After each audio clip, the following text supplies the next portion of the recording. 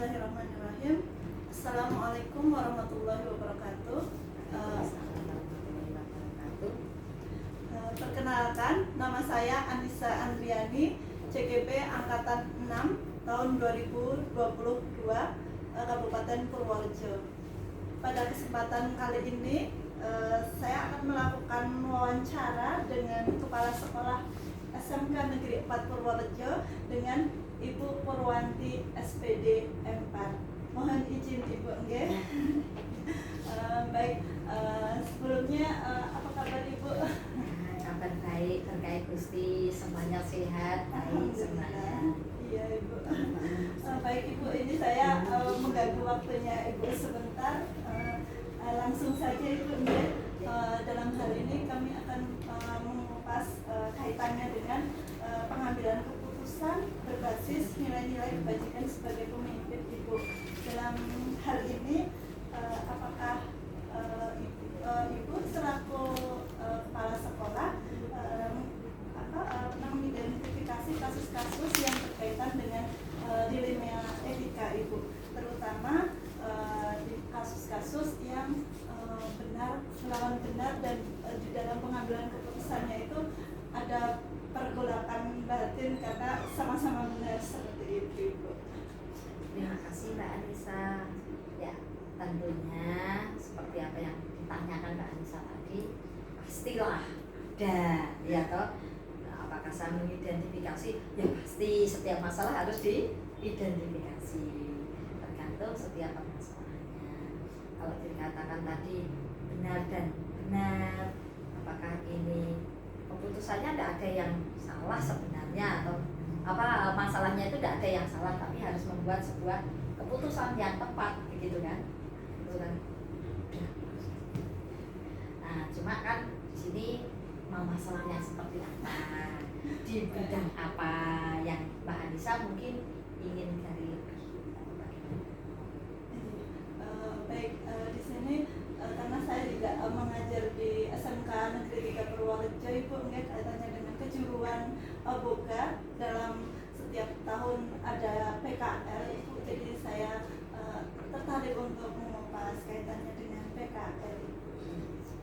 Di PKL ya, PKL ini yang mana ini yang dianggap oke, misalnya ada siswa ya yang mungkin bermasalah dengan permasalahan siswa PKL ya. Jadi begini, PKL kami itu macam-macam, mungkin beda dengan yang lain. Karena apa? PKL kami Sabang sampai Merauke, ya kan? Karena anak-anak kami ada di apa, Petalika, ya seperti itu. Nah, ini contoh ini dalam mengambil keputusan. Kalau anak ini PKL, anak menghendaki, Bu, ini PKL kami diperpanjang Bu, karena ternyata anak ini sangat senang karena pelayarannya untuk trip ke Papua itu lebih dari 6 bulan. Wah, contohnya seperti itu ya. Tripnya lebih dari 6 bulan, 8 sampai 10 bulan, jadi bagus. Tapi di satu sisi, aduh, ini nanti gimana? Karena kalau melampaui ini kita ambil 9 bulan, berarti mereka tidak bisa ikut ujian sekolah, bahkan sudah melampaui di jadwal ujiannya, sudah ganti tahun ajaran ujian seperti ini. Nah, apa yang harus diambil gitu kan? Nah, itu satu keputusan yang kan harus berhubungan dengan Dudi, ya kan? Nah, satu sisi kita harus menyelamatkan anak-anak kita supaya mereka kan bisa lulus bersama teman-temannya. Satu sisi kita juga, aduh bagaimana ini dengan Dudi ya, supaya Dudinya juga bisa maklum dengan ini, gitu kan? Nah, akhirnya kita apa dulu tuh, mana sekolah boleh nggak? Wah, ya bagus sebenarnya ini pelajaran sampai sekian. Tapi tadi kan, nah, akhirnya kita rembukan, harus mengambil keputusan, begitu. Oke lah, gini saja. Kita yang pertama kan komunikasi itu dulu dengan Dudi. Gimana anak ini, karena mereka masih di tengah laut gitu kan. Akhirnya kita komunikasikan dulu dengan Dudi, kalau boleh ini nanti harus sampai di apa namanya, di tengah jalan, jadi nanti boleh nggak kalau anak ini mengikuti ujian dulu, besok kalau mau belajar lagi boleh nggak di kapal bapak lagi, misal seperti itu kan. Akhirnya ya yang penting komunikasi, ada komunikasi sehingga Dudi tidak merasa dirugikan dan anak pun tidak hilang kesempatan untuk menyelesaikan tugasnya seperti itu. Akhirnya anak pun diberi pengertian, ya kan? Diberi pengertian, ini loh, kamu besok boleh bekerja atau langsung bekerja di sana, bahkan gajimu lebih tinggi nanti kalau kamu sudah lulus. Nah, setelah ini yang penting kamu selesaikan lulus dulu ya. Nah, tapi kan ini harus dengan proses, mau diizinkan atau tidak, Bu ini gimana Bu, gitu kan. Kita rapatkan dulu dengan prodi, dengan kurikulum, gitu kan, dengan Masri, iya. Jadi kita ambil, iya seperti itu.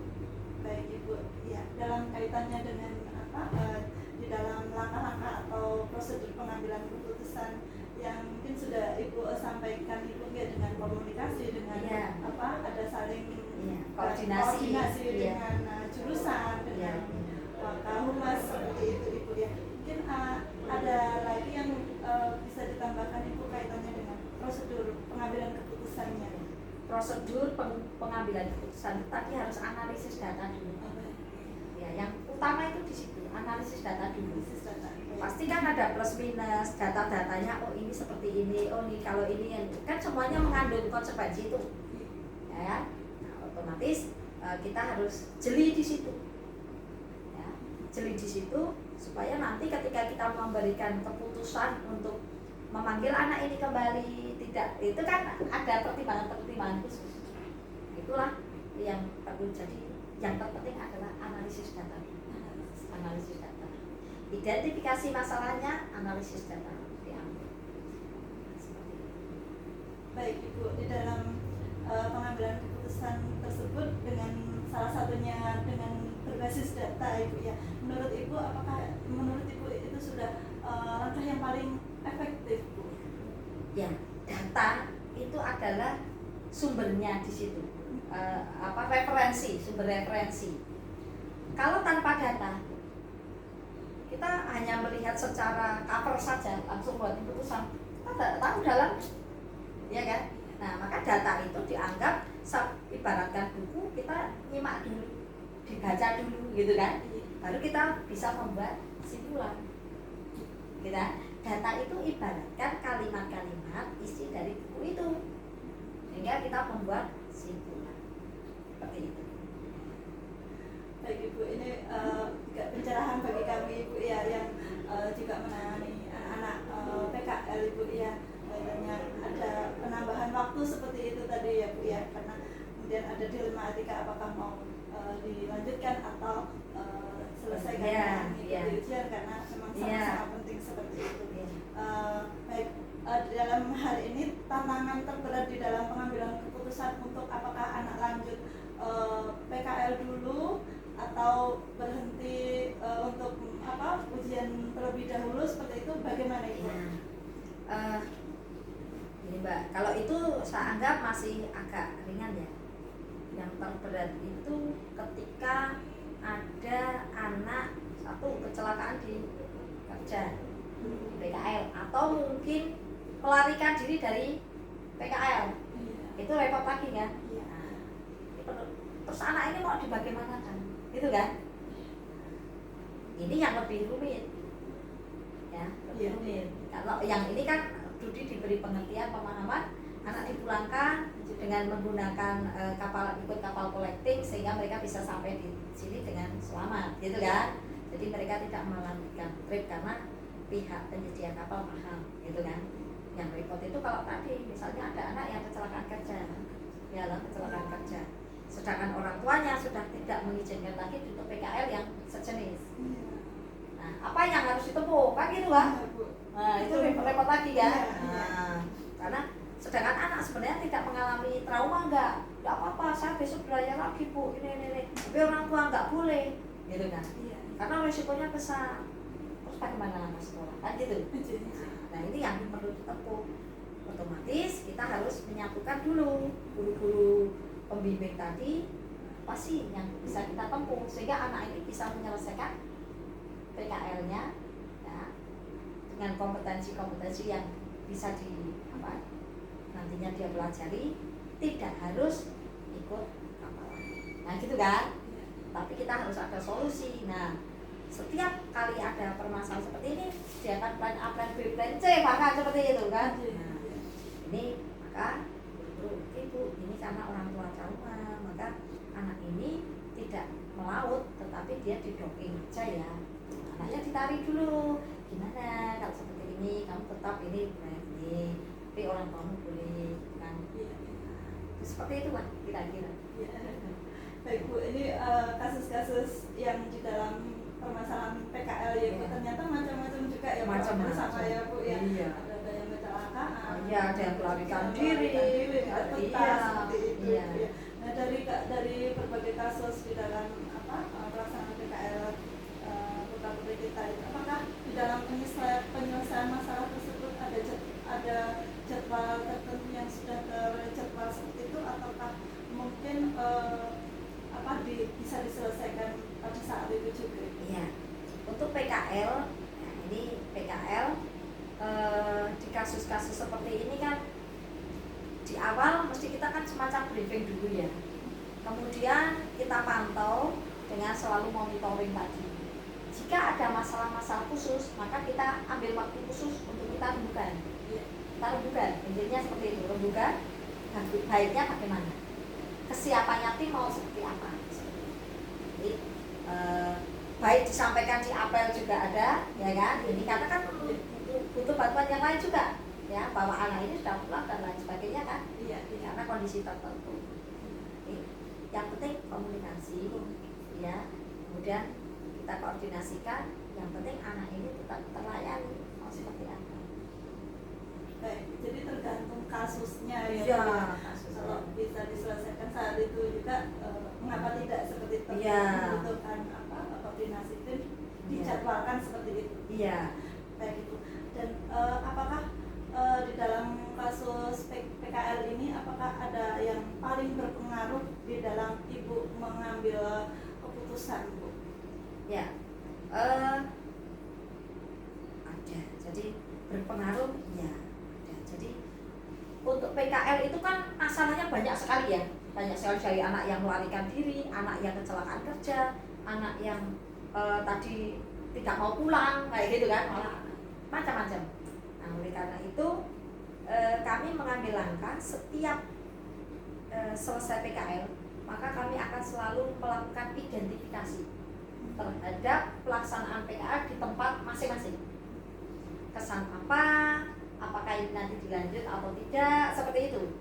Jadi semua anak memberikan pendapat atau memberikan kesan mereka, pendapat mereka di situ. Jadi sudah diidentifikasi sehingga besok, nah kemudian terkait dengan ini tadi permasalahan yang kemungkinan akan timbul, maka sudah preventif. Oh biasanya ini, maka di awal itu kita sudah menyiapkan anak-anak untuk supaya preventif lagi. Nah ini seperti itu. Iya, cukup memuaskan Ibu untuk pengalaman kami juga Ibu. Baik, selanjutnya di dalam pengambilan keputusan tersebut, siapa yang paling besar di dalam mempermudah atau membantu Ibu di dalam penyelesaian kasus tersebut? Kalau di PKL itu ya berarti di Masri beserta Pokja. Dan yang penting lagi adalah di guru pendamping dengan melibatkan Dudi. Karena yang tahu di sana itu kan Dudinya. Iya. Seperti itu. Jadi tetap di sini dalam pengambilan keputusan Pokja, Masri, gitu ya.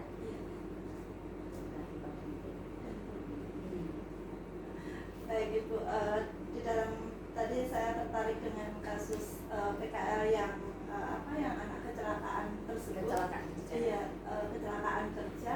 Mungkin Ibu bisa memberikan keputusan apa yang Ibu ambil saat itu, Bu? Iya. Yang di antara opsi-opsi yang benar semua tersebut. Iya.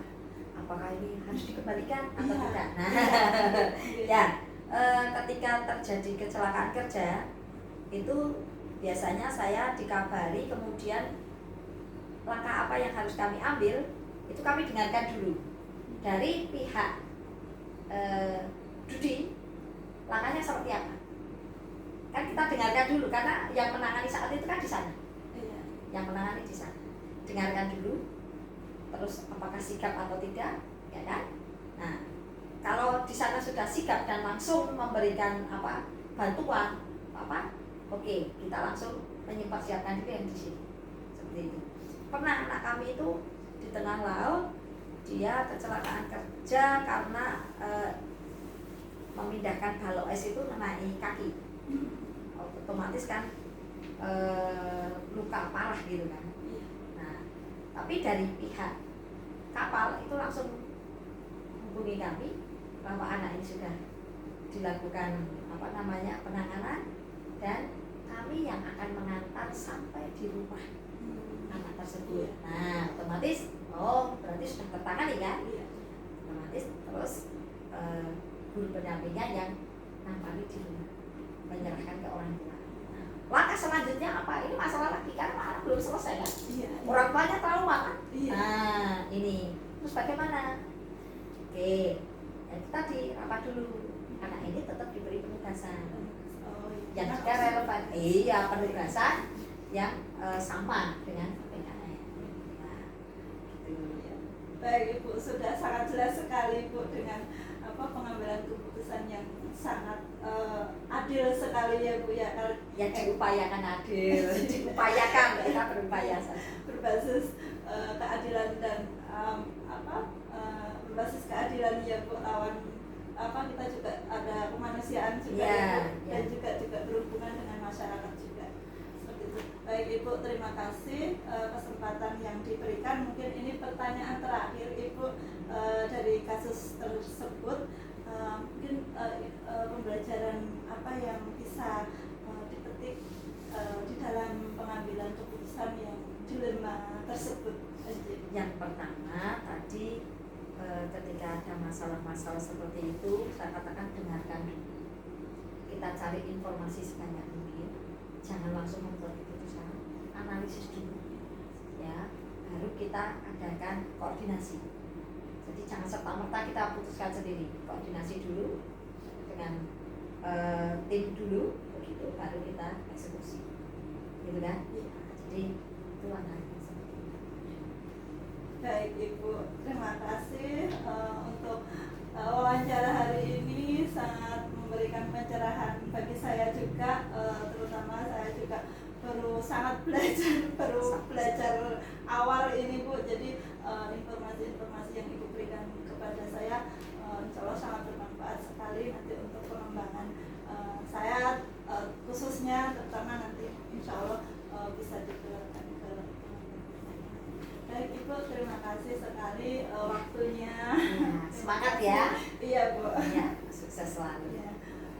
Ya, baik, untuk wawancara hari ini saya cukupkan sekian. Terima kasih. Assalamualaikum warahmatullahi wabarakatuh. Waalaikumsalam.